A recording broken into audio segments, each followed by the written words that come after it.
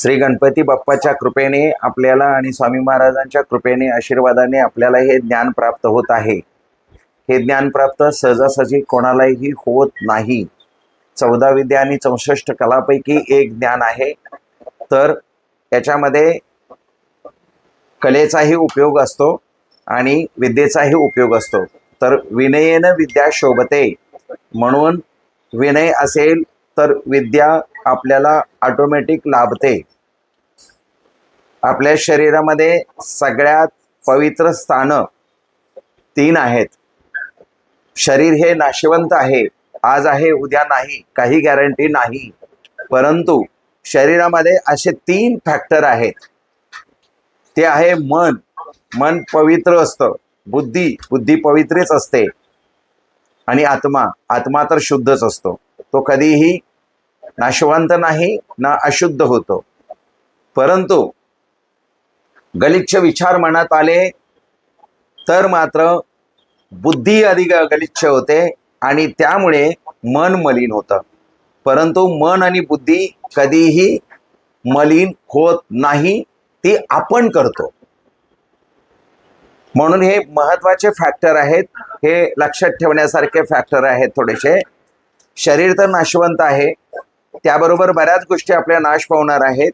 परंतु आपण जेव्हा विचार करतो, आपण जेव्हा वागतो, तेव्हा वागण्याची जी पद्धत आहे आणि वागत असताना, संवाद साधत असताना, बोलत असताना आपल्या डोक्यातून जे काही विचार निघतात, इलेक्ट्रोमॅग्नेटिक वेव्हज ज्या निघतात, त्या इलेक्ट्रोमॅग्नेटिक वेव्हज साधारणपणे हा आपला मेंदू आहे, आणि मेंदूच्या आपण जेव्हा विचार करतो तेव्हा आपल्या डोक्यातून अशा प्रकारच्या लहरी निघत असतात, अशा प्रकारच्या लहरी निघत असतात। आपल्यालाही माहीत नाही, अतिशय सूक्ष्म पद्धतीने ह्या लहरी निघत असतात आणि या लहरी वातावरणामध्ये टिकून राहतात।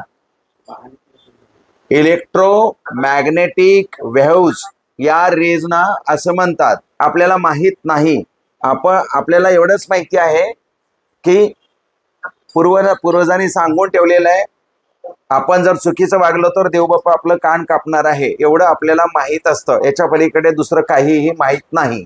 पाप असतं का, ते कसं असतं, ते काय, त्याचा कसा त्रास होतो, ह्या सर्व गोष्टींचा विचार आपण कुंडली शिकत शिकत, अध्यात्म, विज्ञान आणि परंपरा हा जो आपला विषय आहे, सेल्फ एनर्जी डेव्हलपमेंट, त्यामध्ये 3 दिवसाचा आपण कोर्स घेतो। त्याच्यामध्ये या सगळ्या गोष्टी आपण शिकवत असतो।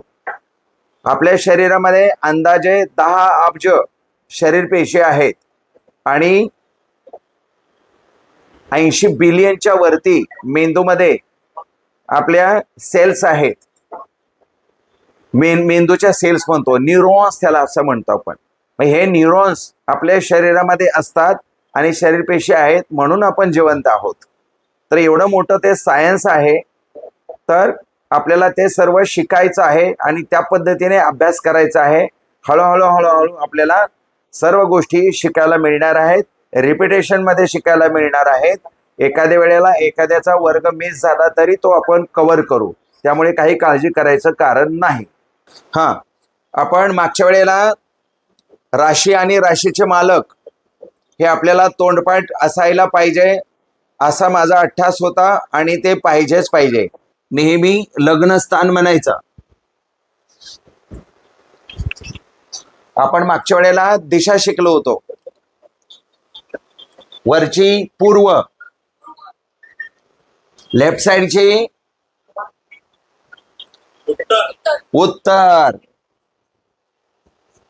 इकडची, आता ही कुठली दिशा झाली, आग्नेय। आपण जेव्हा वास्तूचं पुढे शिकणार आहे त्यावेळेला हे तुम्हाला फार महत्वाचं ठरणार आहे। त्यामुळे ह्या दिशा अगदी एवढं शिकवतोय तेवढं, जास्त जोर देतोय तेवढंच पाठांतर करायचं, बाकी पाठांतराची गरज नाही। मागे मी एकदा सांगितलं होतं, गावामध्ये 1000 लोक असतात, तर 1000च्या 1000 लोकांची नावं आता तुम्हाला विचारली तर नाही सांगता येणार, पण समोर माणूस आला की हा याचं हे नाव, हे आपल्याला कळणार। तसं नक्षत्र पण पाठ करायची आवश्यकता नाही, समोर तुमच्या नक्षत्र आलं की हा नक्षत्र काय काय करतं ते कळतं। तसं गावातला एखादा माणूस आला, हा याचं हे नाव, याचा हा बिझनेस आहे, हा व्यक्ती हा काम करतो वगैरे वगैरे आपल्याला कळतं. तसं नक्षत्र समोर आल्यानंतर तुम्हाला सर्व कळत जाणार आहे. तसं नक्षत्र पाठांतराची गरज नाही, पण 27च्या 27 नक्षत्र मात्र तुम्हाला माहीत पाहिजेत. त्यामुळे ह्या गोष्टी आहेत ते थोड्याशा समजून घेण्यासारख्या आहेत. हा, तिकडे अग्नीय, इकडे वायू,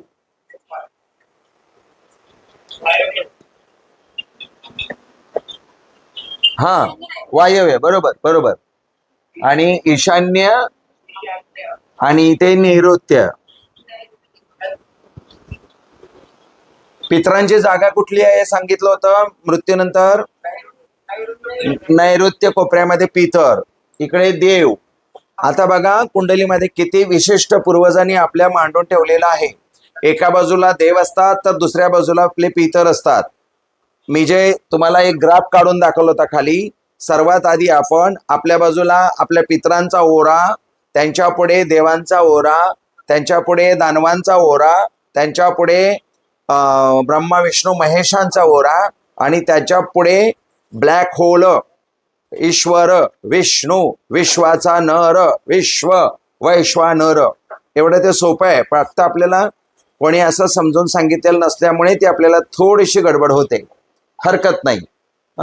आता ईश्वर, आता पुन्हा अजून देवतांची स्थानं आहेत, खूप आहेत. प्रत्येक ठिकाणी कोणती कोणती देवता बसते त्या आहेत. ईश्वराची जागा म्हटलं की कोणत्याही देवाची म्हटलं की ईशान्य जागा हे लक्षात ठेवायची. एवढ्या मेन गोष्टी लक्षात ठेवायच्या. वादाच्या गोष्टी सगळ्या सोडून घ्यायच्या. आपल्याला काय फरक पडतो, कुठे जरी देव असला तरी आपण डोळे मिटून बंद करून जर त्याचं नामस्मरण केलं तर तो आपल्या साक्षीला येत असतो समोर. तो देव मॅटर सिस्टम मध्ये नाही आहे, नॉन मॅटर सिस्टम मध्ये आहे. त्यामुळे तो वायूच्या वेगाने वायूमध्ये प्रवेश करणारी देवता आहे, किंबहुना वायूला निर्माण करणारी देवता आहे. ईश्वर हा माणसासारखा अजिबात दिसत नाही, परंतु माणसामध्ये आहे, हे लक्षात ठेवा.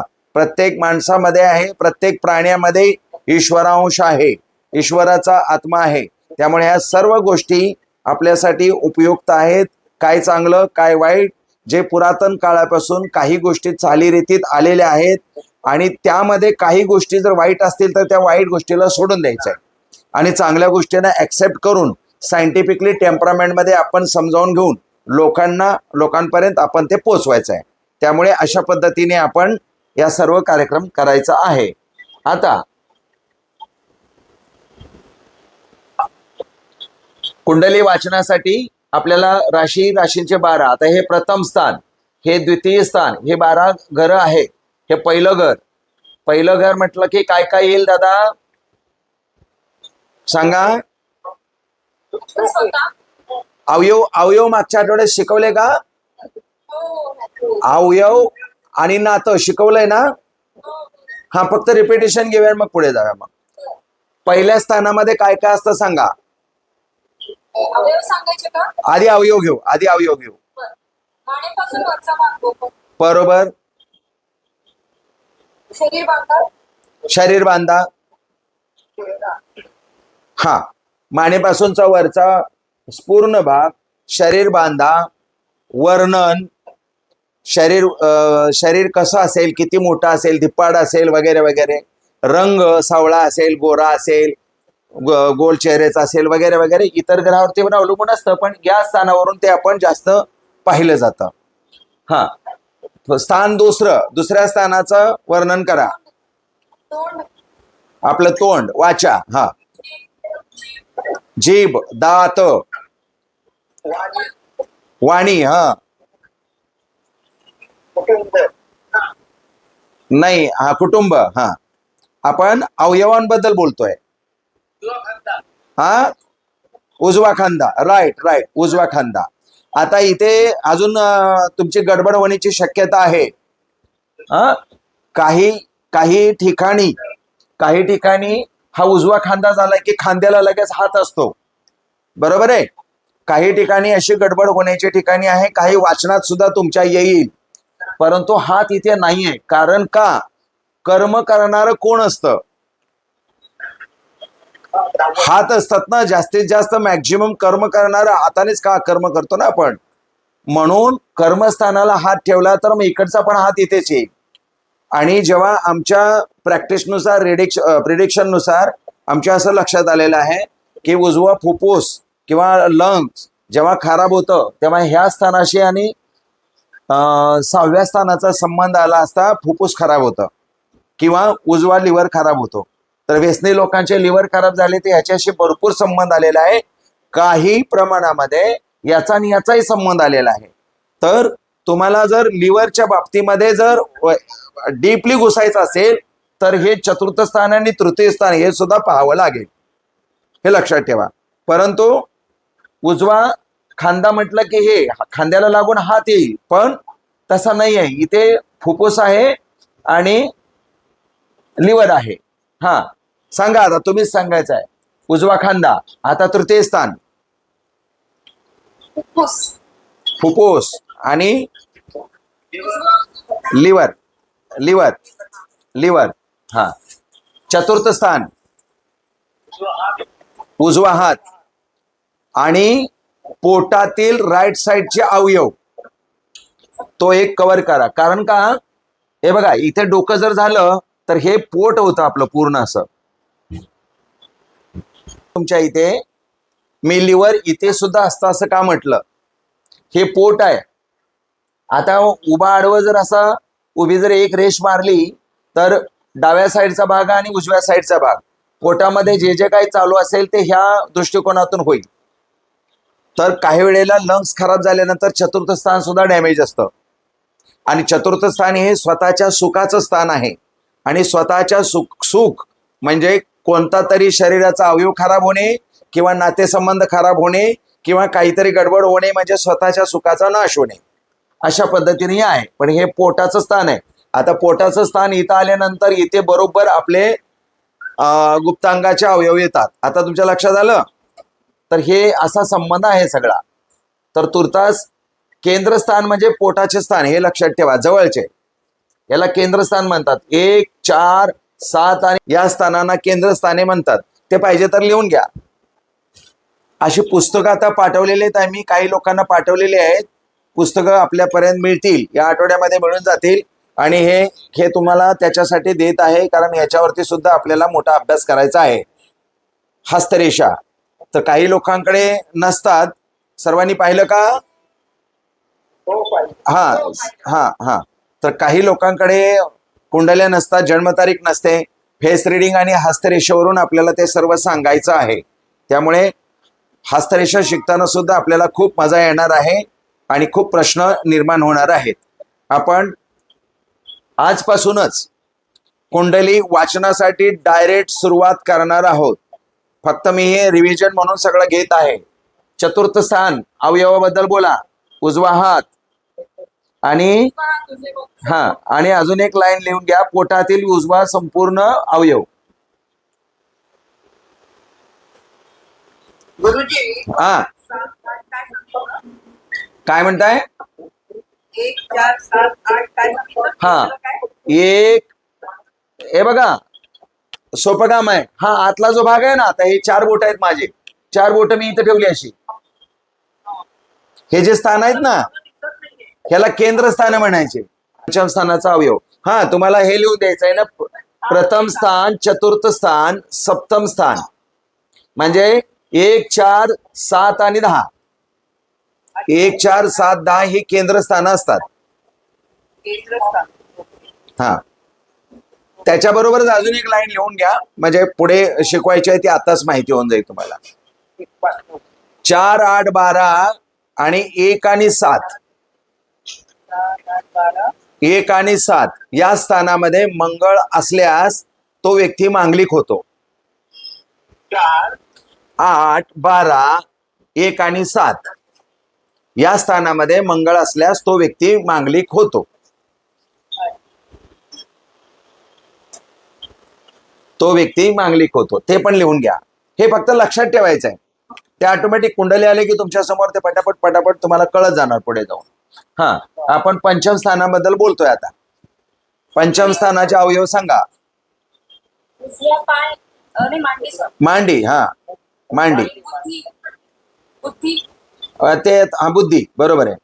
आता याच्यात गफलत करू नका, नेहमी गडबड होण्याची शक्यता असते. हे डोकं आहे, पण बुद्धी नावाचा फॅक्टर इथे आहे. आणि मन कुठं असेल कुंडलीमध्ये? चौथ्या घरात. नाही. बघा जरा विचार करा, थोडासा डोक्याला ताण द्या. चंद्र कुठे आहे? आपण काय सांगितलं होतं? सोमवार, संडे, मंडे, ट्युसडे, कुठले कुठले सांगितले होते? दुसरं घर. चंद्र जिथे असेल तिथे आपलं मन असतं. हा, म्हणजे रविवार, सोमवार इथे चंद्र येणार, इथे आपलं मन असतं नेहमी. हा, पंचम स्थान. आता षष्टम स्थान, आजार, उजवा पाय. आजार, उजवा पाय, शत्रुपण. आता ते नातेसंबंधी विचारतो आपण, त्यावेळेला घेऊया. सप्तम स्थान, सातवं स्थान. सप्तम स्थान, गुप्तांग अवयव. ओटीपोट हे पण आहे आणि हे पण आहे, पण ओटीपोट हे आहे. ओटीपोट म्हणजे गर्भाशय वगैरे, संतान स्थान वगैरे म्हणून. पण हे गुप्तांग अवयव, हे लक्षात ठेवा. जननेंद्रिय, हा हे. आणि अष्टम स्थान डावा पाय, बरोबर. आणि मृत्यूस्थान. त्यात जास्त काय, हे 6-12ला जास्त खोलात जायचं नाही. ते एवढे स्थान डेंजर असतात, ज्या ठिकाणी बसल्यानंतर काय काय करतात ते आज मी शिकवणार आहे. नवम स्थान, डावी मांडी. डावी मांडी. दशम स्थान, डावा हात. हा, पोटातील डाव्या साईडचे अवयव.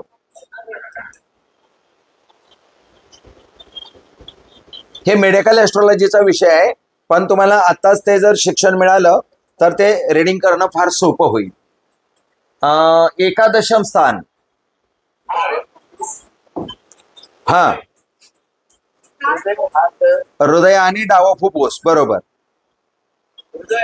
हृदय आणि फुफ्फुस, डाव्या साईडचं फुफ्फुस. गुरुजी, दहावं स्थान आहे तर परत एकदा सांगा. हा, डाव्या पोटातील. हे 10वं स्थान ना. पोटातील लेफ्ट साइडचा संपूर्ण भाग, जेवढे अवयव आहेत तेवढे.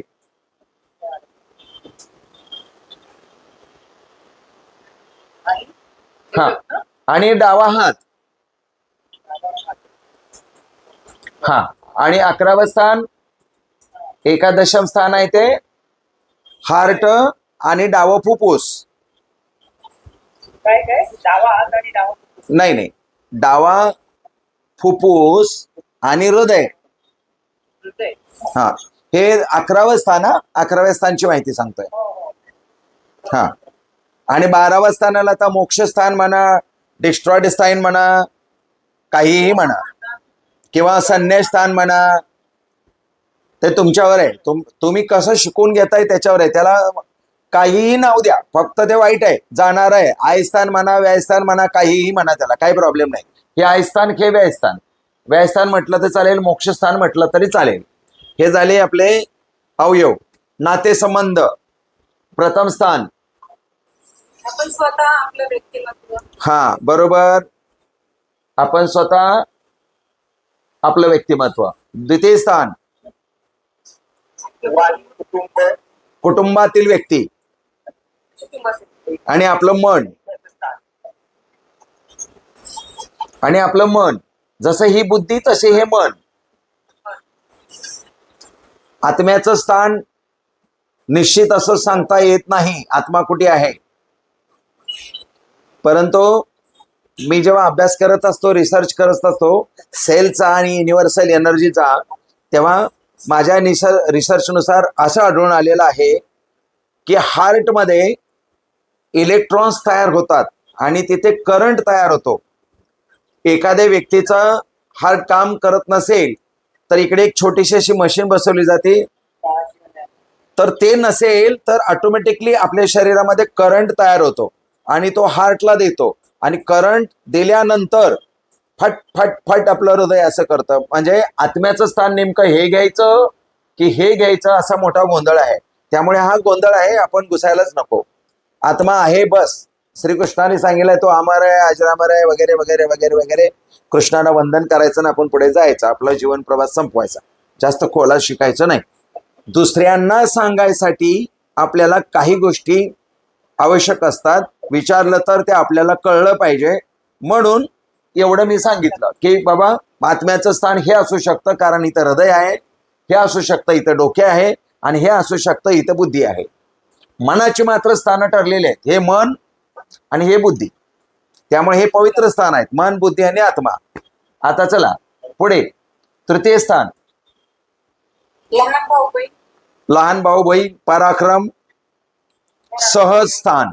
सहज स्थान पाहण्यात, सहज स्थान, सहजासहजी यश मिळणे. आई, आपलं घर, सुख, गाडी, सुख, संपत्ती, सुख, वाहन. संपत्ती नाही, संपत्ती ते सुख, वाहन. स्थावर प्रॉपर्टी. आईकडची प्रॉपर्टी. आई स्थावर प्रॉपर्टी, आईकडची प्रॉपर्टी. आई, सुख, वाहन, आईकडची प्रॉपर्टी आणि वडिलांकडची प्रॉपर्टी इथे. वडिलार्जित काय असेल तर जागा, जमीन वगैरे. पण हे घराचं स्थान आहे. घर, गाडी, स्वतःचं सुख, आई, एवढ्या 4 गोष्टी जरी लक्षात ठेवल्या तरी आपल्याकडे प्रश्न घेऊन येणारे लोक एवढेच प्रश्न घेऊन येत असतात. ह्याच्या पलीकडे 5वा त्यांचा प्रश्न नसतो ह्या 4थ्या संदर्भात.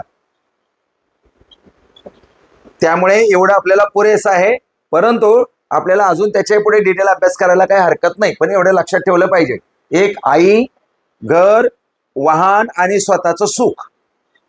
पंचम स्थान, संतती स्थान,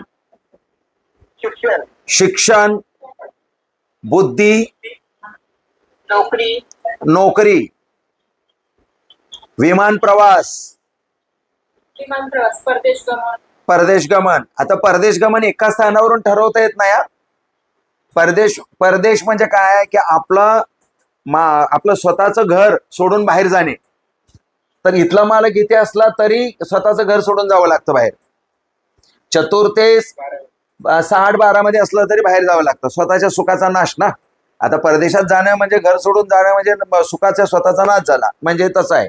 तसं हे विमान प्रवास आहे. आणि विमान प्रवास 12व्या म्हणजे पंचम स्थानाचा 12दशम स्थानाशी कनेक्शन असल्यानंतर अशा व्यक्तीला परदेशात जाऊन नोकरी करण्याचा योग मिळतो किंवा परदेशात जाण्याचे योग मिळतात किंवा वारंवार त्यांचे विमान प्रवास होतात. म्हणजे 5व्या स्थानात 5वा कसा संबंध असतो तेच शिकवणार आहे आज मी, पण आता लिहून घेण्यासारखं तेवढंच आहे. आता काही माझी लगेच भाषा तुम्हाला कळणार नाही. म्हणजे 6-12चा संबंध असं मी विचारलं, पण ते अजून मी तुम्हाला शिकवलंच नाही, त्यामुळे तो विषय राहू द्या. आता ते आज शिकवणार आहे मी. शत्रुस्थान, गुप्त रोग, गुप्त शत्रू, आजार, कर्ज. कर्ज पण यांनी वाढेल, यांनी पण वाढेल, यांनी पण वाढेल.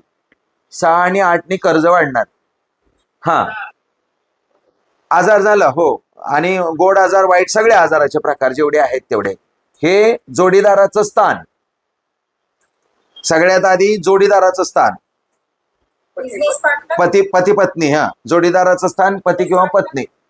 सप्तम स्थान, बिझनेस पार्टनर, मित्र. बिझनेस पार्टनर, मित्र,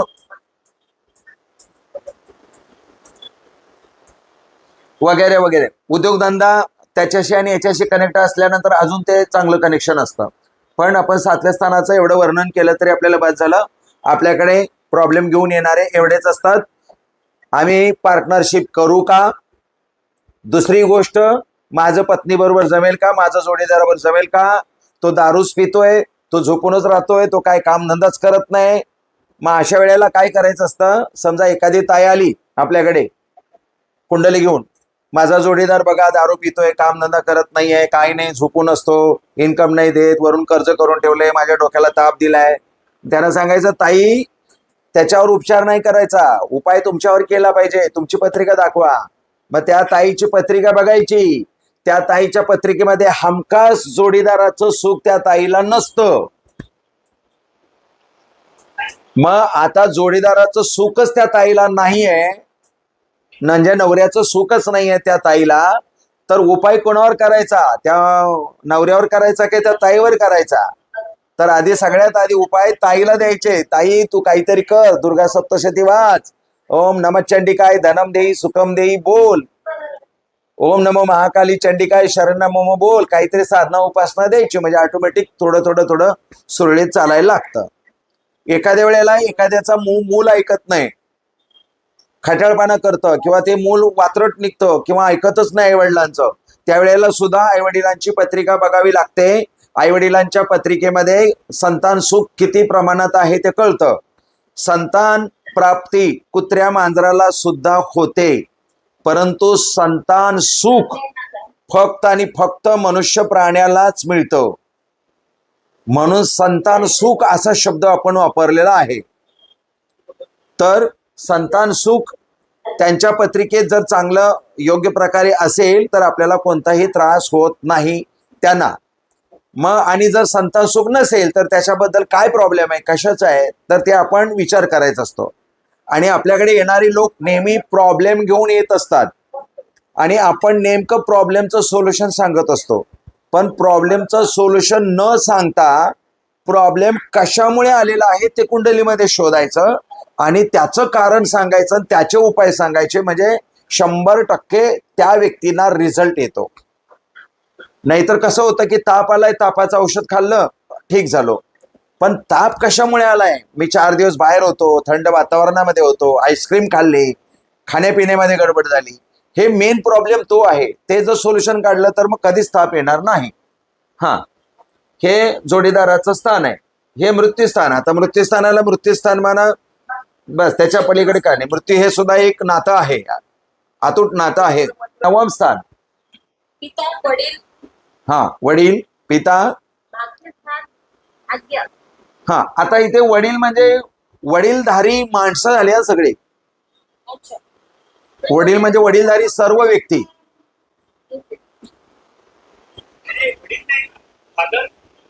हा, फादरच. वडील पिता पिता खास करून पित्याचं स्थान आहे ते. हा, पिता आणि वडीलधारी माणसं. उच्च शिक्षण. उच्च शिक्षण इथे आलं, उच्च शिक्षण इथे आले. हे आपण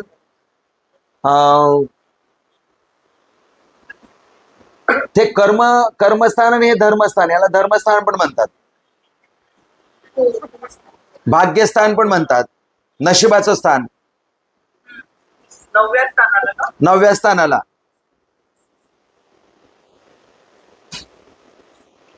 आपल्यापेक्षा वयाने मोठी माणसं, त्यांचं ते स्थान आहे. इथूनच बघायचे, काही संबंधच नाही वडिलांच्या वडिलांचा. आता माझ्या वडिलांच्या वडिलांना काही प्रॉब्लेम आहे, कोणी घेऊन येणार नाही. प्रश्न काय येईल? माझी वडिलांची प्रॉपर्टी मला मिळेल का, हा प्रश्न येईल. माझ्या वडिलांची तब्येत कशी आहे, ही प्रश्न येईल. माझ्या वडिलांच्या आजोबांची प्रॉपर्टी मला मिळेल का वडील नसताना. जेव्हा एखादा लाखात एखादा व्यक्ती येईल तेव्हा मात्र हे बघावं लागेल. वडिलांपर्यंत वडीलधारी सर्व माणसं आणि पिता वगैरे सगळे. इथे कर्मस्थान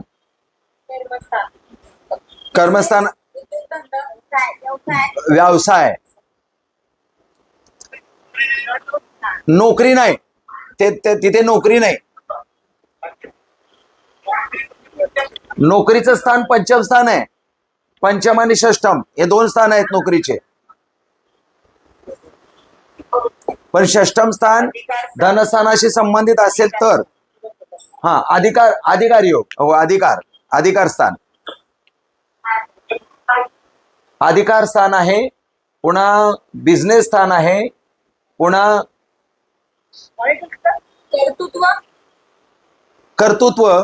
कर्तृत्व, धर्मस्थान, कर्म आणि धर्म. 9वं स्थान नाही, 9वं स्थान धर्मस्थान आणि 10म स्थान कर्मस्थान, आणि ते बाजूबाजूलाच असतात. हा, बोला. राजकारण. पण राजकारणाचे योग असतात. राजकारणाचं स्थान निश्चित सांगता येत नाही, तरी पण सांगता येईल आपल्याला. सप्तम स्थान, दशम स्थान आणि द्वितीय स्थान हे राजकारणाचे स्थान आहेत. सप्तम, दशम आणि द्वितीय स्थान, दुसरं, 7वं आणि 10वं स्थान राजकारणाशी संबंधित आहे. तिथेच लिहून घ्या पुन्हा लगेच. सूर्य आणि गुरु एकत्रित आला असता राजकारणाचे योग बनतात. सूर्य गुरु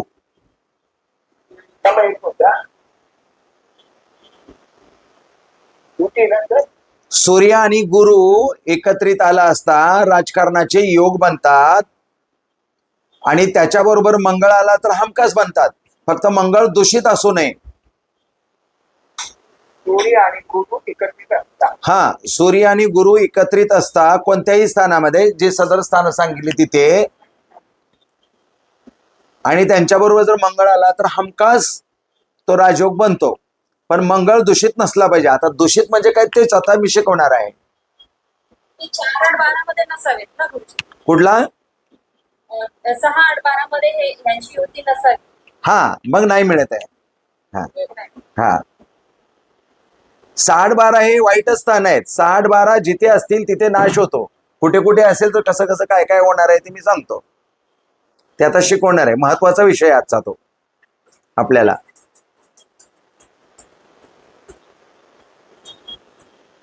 हा, कुबलताई झालं का लिहून? बर गुरुजी. बर बर बर चालेल. हा, आता लाभस्थान, नातेसंबंध चालू आहे आपला. लाभस्थान, एकादशम स्थान. आई वडिलांची प्रॉपर्टी. नाही, सासू सासऱ्यांची. आई वडिलांची सासू सासऱ्यांची सासू सासऱ्यांची प्रॉपर्टी, लाभस्थान, अचानक लाभ होणे, लाभस्थानच आहे. त्यामुळे ते बऱ्याच गोष्टी त्यातून घडतात. आई स्थान येणे,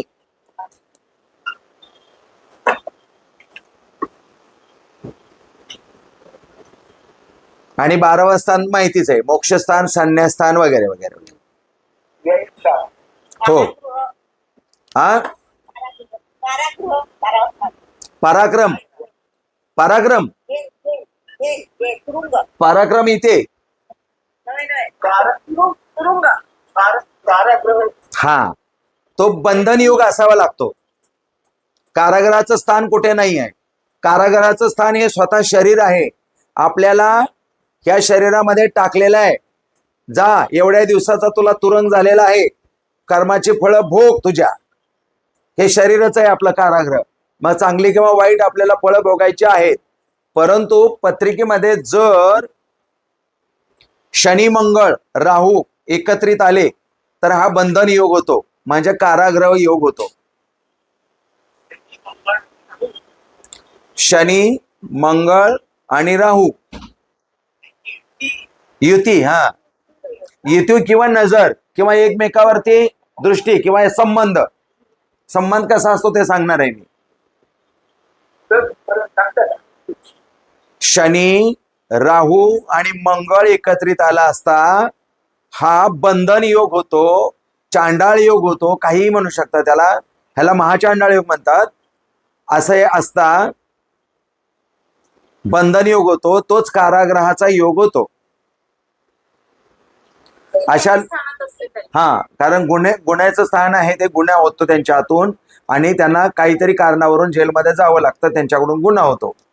परंतु जर त्यांच्या पत्रिकेमध्ये गुरुचंद्र युती असेल एका बाजूला तर त्यांना वाचवलं पण जातं, त्यांच्या हातून चुका पण होत नाहीत. पण बंधन योग मात्र येतो. कधीतरी पोलीस स्टेशनला उभा राहावं लागतं, कधीतरी कोर्टात विटनेस म्हणून तरी उभा राहावं लागतं, कधी काहीतरी करावं लागतं. तो चांडाळ योग आहे, तो सोडणार नाही.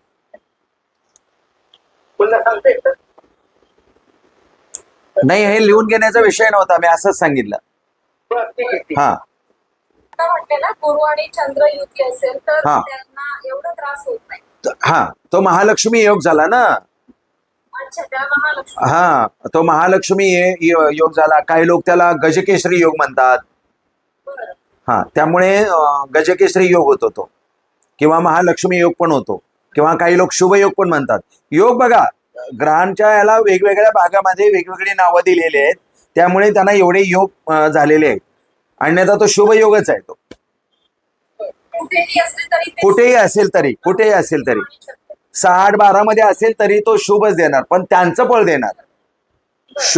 शुभ आजार निर्माण करणार, अच्छा. शुभ मृत्यू देणार, बरं. शुभ मोक्ष देणार. बरं. तसाच नेपच्यून, गुरु नेपच्यून असताना सुद्धा किंवा चंद्र नेपच्यून असताना सुद्धा नाही, मग गडबड झाली, मग तिथे खेचाखेची झाली. एका बाजूनी गजकेसरी योग काम करतोय आणि दुसऱ्या बाजूने राहू ते होऊ देत नाही, तडफडतोय. म्हणजे काहीतरी करतोय, उभा करतोय स्ट्रक्चर, आणि काही कारणानंतर ते अर्धवट राहतंय, पुन्हा तुटतंय, पुन्हा त्याच्या आयुष्यात काहीतरी चांगलं घडत नाही. म्हणजे चांगलं वाईट सतत घडत राहतं. एकसारखं चांगलं किंवा एकसारखं वाईट असं नाही घडत आहे. एकसारखं वाईट घडलं तरी माणूस एक वेळ सुधारतो की बस झालं, आता मला काही करायचं नाही.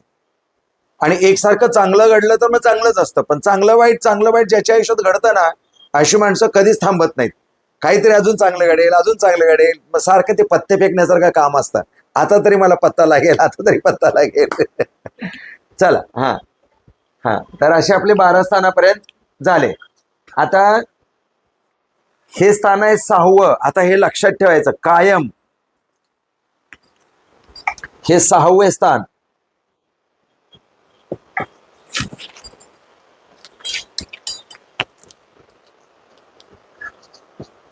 हे 8म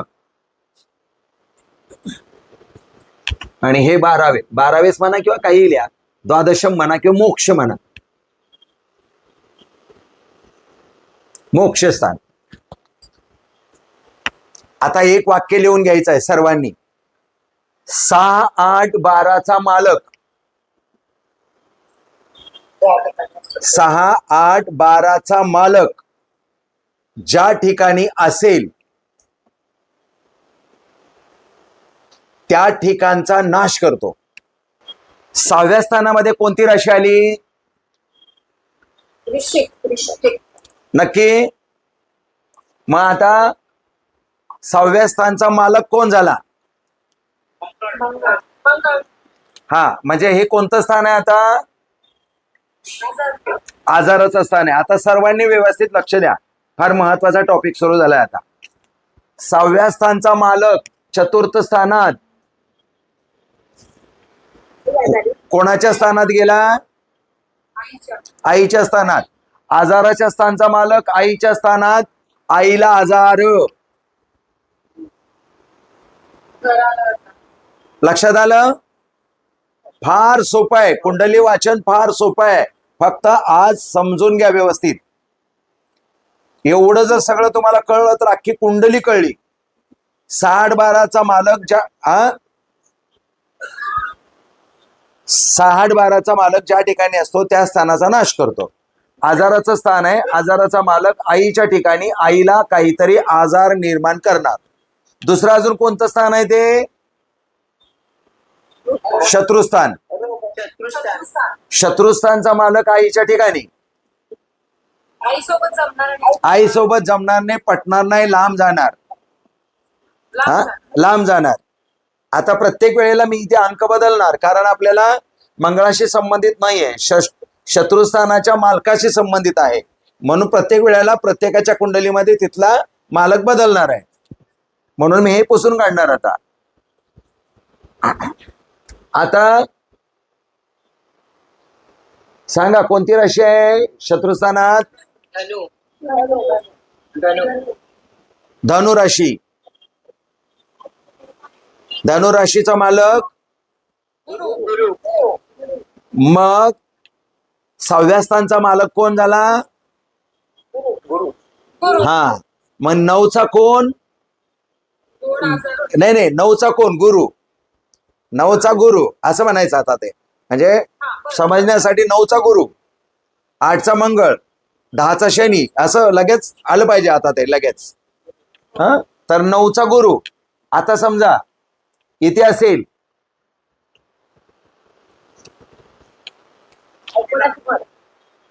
काय होईल सांगा आता, आयडिया लावा. जोडीदार जोडीदार जोडीदार बाकीचं होईल. नाही नाही, प्रिडिक्शन द्या, प्रिडिक्शन द्या आता. जोडीदार गाडा होईल गाडा. ठीक आहे. आता राक्षस होईल. आजाराच्या स्थानचा मालक जोडीदाराच्या स्थानात. जोडीदाराला आजार. जोडीदाराला आजार होईल. शत्रुस्थानचा मालक जोडीदाराच्या स्थानात. जोडीदार शत्रू होईल. जोडीदाराबरोबर शत्रुत्व निर्माण होईल. तुला तू असाच आहे, तू बघून घे, तू काय काय केलं नाही, तू तुझ्या आयुष्यात काय होणार नाही, तो असाच राहणार, तू तशीच राहणार, हे चालू राहणार सतत. पण अजून आहे इतर ग्रहावरती अवलंबून आहे, फक्त एका ग्रहावरती नाही. मी फक्त 6-12ची फळं तुम्हाला सांगतोय.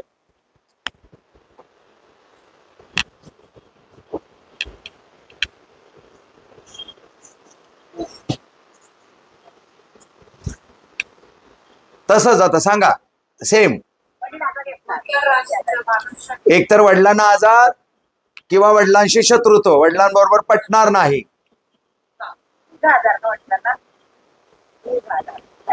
हा आता शनी आहे, शनीचा आजार वेगळा आहे, सेपरेट आहे.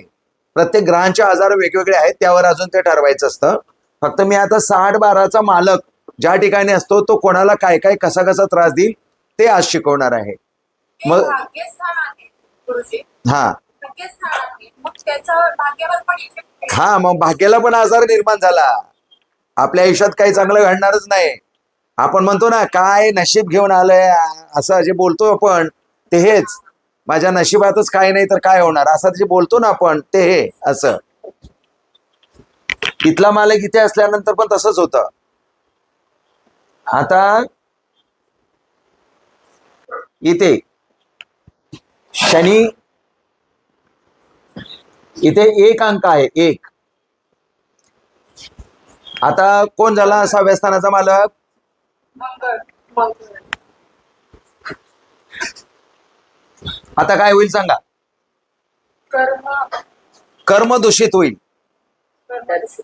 कर्माला आजार, त्याच्या हातून कर्म चांगले होणार नाही. कर्म करायला गेला की शत्रुत्व निर्माण होईल. याला कर्म दारिद्र्य योग असं म्हणतात. अजून लिहून घ्या. 6 आणि 8 स्थानचा मालक, 6-12चा मालक दशम स्थानात असता कर्म दारिद्र्य योग होतो. म्हणजे त्यांना कर्म करावंसच वाटत नाही. पुन्हा सांगताय का? हो, 6-8-12चा मालक दशम स्थानात असता तो कर्म दारिद्र्य योग होतो. म्हणजे कर्माला दारिद्र्यपणा येतो. आता सांगा व्ययस्थानात गेलं. आई स्थानात, आई स्थानात पैसे मिळण्यासाठी स्ट्रगल, शत्रुत्व, हा. लाभ मिळू देणार नाही. लाभ होतोय. अवयव कुठला आहे तो? हृदय. हृदय. हे कुठल्या स्थानातून आलाय तो? मंगळ तिथे. आता भाषा बदलली माझी. हृदयाचं स्थान तुम्ही म्हणाला, हृदयाच्या स्थानामध्ये मंगळ कुठल्या स्थानातून आला? आजाराच्या स्थानातून. म्हणजे काय होण्याची शक्यता आहे? हृदयाचा आजार. मग त्याच्याशी रिलेटेड काय काय असेल? बीपी असेल, कोलेस्ट्रॉल असेल, वगैरे वगैरे. हृदयासंबंधी आजार निर्माण होण्याची शक्यता आहे. बर, ते लाभस्थान पण आहे, म्हणजे लाभ मिळणार नाही. आता इथे मी 7 घेतो. 7चा मालक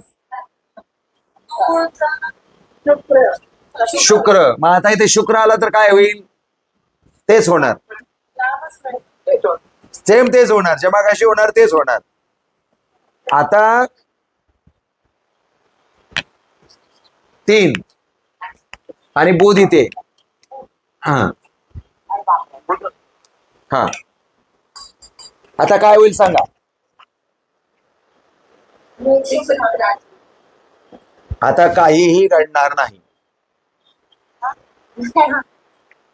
दोन्ही स्थान बळकट आहेत. काय घडून घडून काय घडेल सांगा?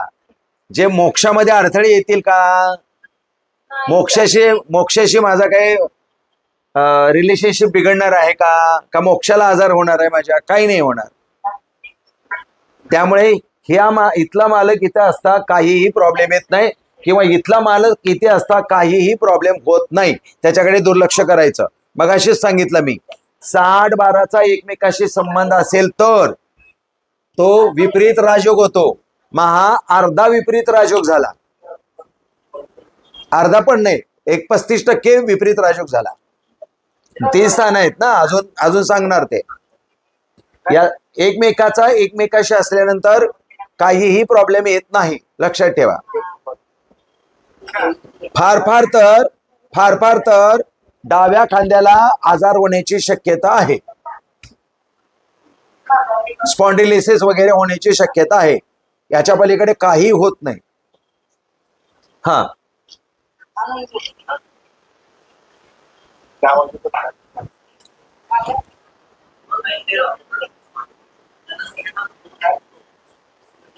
हा. आता सांगा मला, सांगा आता. मगाशी कोणीतरी विचारलं होतं ते. हा, मगाशी दादा लाईन वरती या, सांगतो तुम्हाला समजावून.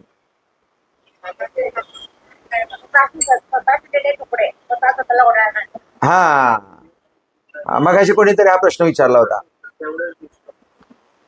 प्रसन्न का कोणीतरी होती, त्याने प्रश्न विचारला होता तो. हा, तर शत्रुस्थानचा मालक लग्नेश असता. हे कुठलं स्थान आहे? शत्रू आणि आजार. आजार आणि शत्रू, आणि हे स्वतःच स्थान आहे. मग स्वतःला आजार किंवा शत्रू निर्माण होतात.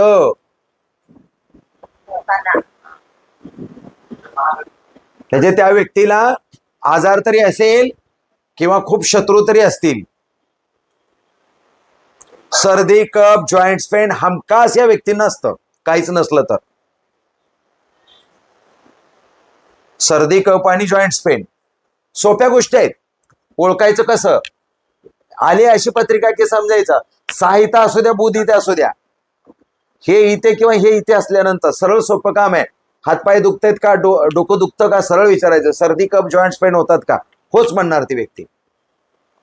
पुढे मागायचं कोणी विचारलं, त्यांचं क्लिअर झालं का? हो. हा, चला आता पुढे.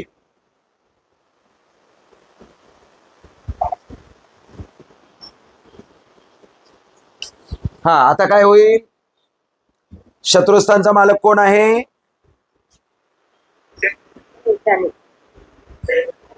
हे स्थान कोणाचं आहे? कुटुंबाचं स्थान आहे. कुटुंबाचं स्थान आहे. शत्रुस्थान जर कुटुंबात वाद, वाद होते का? कुटुंबात वाद, एकमेकाशी पटणार नाही. दुसरं अजून कसलं स्थान आहे ते? दानात अडथळा निर्माण होईल. पण नोकरीचं, पण हे मूळ स्थान नोकरीचं आहे. कारण ह्याचा प्रभाव आणि ह्याचा प्रभाव एकमेकाशी आहे. शेजारी घर म्हणतो ना आपण, शेजारी, तसा प्रतियोग असतो तो. तर याचं स्थान इथे असल्यानंतर हा नोकरीचा सुद्धा कारक ठरतो. मग जो ग्रह असेल त्या पद्धतीने. पण खास करून शत्रूच, पण नोकरी देतो, पण त्या नोकरीला सुद्धा आजार लावतो. नोकरीत त्रास होत असेल. हा, म्हणजे नोकरीमध्ये त्रास होणार, नोकरीला आजार लावणार, नोकरीमध्ये शत्रुता निर्माण होणार, किंवा त्याच्या हातून काहीतरी चुका होणार आणि त्यात काहीतरी अडथळे निर्माण होणार. म्हणजे त्या ठिकाणी वाचा स्थान म्हटलं, वाचा त्याची मधुर नसणार, कडक बोलणार, रब बोलणार. दातांचा, खिडक्यात दातांचे जे लोक असतात ते 100% असे असतात. आणि मनाचा आजार असेल तर मन. हा, मन आहे ना, मनाचं स्थान आहे ना ते. पण मनाचं स्थान जरी असलं तरी मनाचा आजार लावणारा ग्रह आहे हर्षल. इथे हर्षल असेल तर गेला, हर्षल असेल तर सायकॅट्रिस्ट कडे जावंच लागतं या व्यक्तीला. पण सध्या आपण एक स्थान एका याचं तपासून बघतोय, 6-12 विषयी बघतोय. हा, आता कॅन्सर, तोंडाचे कॅन्सर, मावा गुटखा खाणारे लोक, तोंडाचे कॅन्सर आजाराचं स्थान आहे. त्यामुळे हे स्थान दूषित होतं 6व्याने. आता हेच नोकरीचं स्थान ना, म्हटलं ना, नोकरीमध्ये नोकरी मिळवून देणार, कारण नोकरीचं स्थान आहे हे. नोकरीचं स्थान आहे, पण नोकरीमध्ये सुद्धा शत्रुता निर्माण करणार. इथे काय होईल सांगा आता.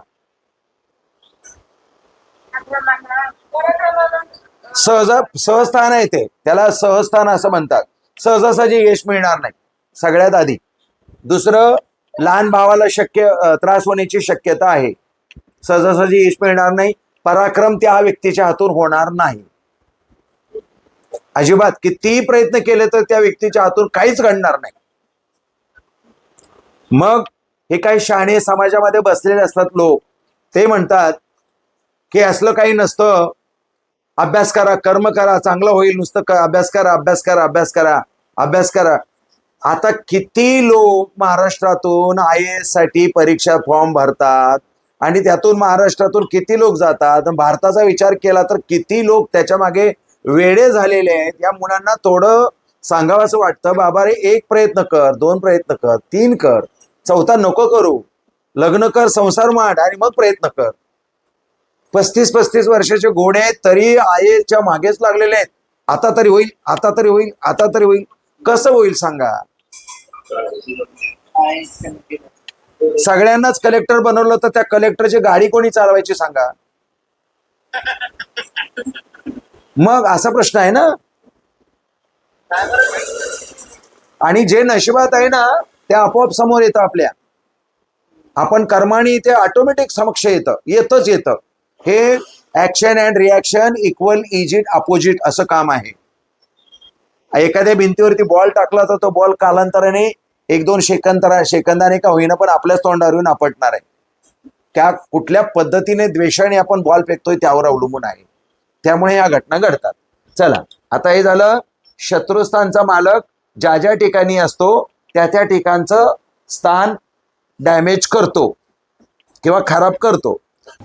आपल्याला जर आमचा हा व्हिडिओ आवडला असेल तर आमच्या चॅनलला सबस्क्राईब करा, म्हणजे अशाच प्रकारचे व्हिडिओज आपल्या समोर येत राहतील. श्री स्वामी समर्थ.